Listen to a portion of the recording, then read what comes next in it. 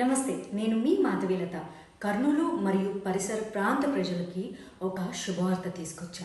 మీకు మెడ నొప్పి, అదే సర్వైకల్ స్పాండిలైటిస్, నడుము నొప్పి, స్కాటికా లాంటి వెన్నుముక్క సమస్యలతో బాధపడుతున్నారా?